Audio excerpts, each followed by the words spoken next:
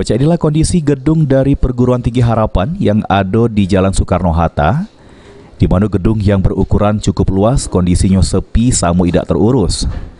Dak katik siko pun aktivitas wong begawi di gedung ini. Berdasarkan keterangan Aka, salah siko wong yang ngurus gedung, kalau kondisi gedung memang sepi, tidak katik sama sekali aktivitas apapun. Aktivitas Sekolahan, kuliahan nggak ada lagi? ada. Kalau ada kuliah pasti ada uang kan? Udah sepi artinya, udah nggak ada aktivitas sama sekali Pak ya? Aka dewe tidak tahu nak dijadikan apa gedung ini karena dia cuma ditugasi nunggu gedung yang cukup luas.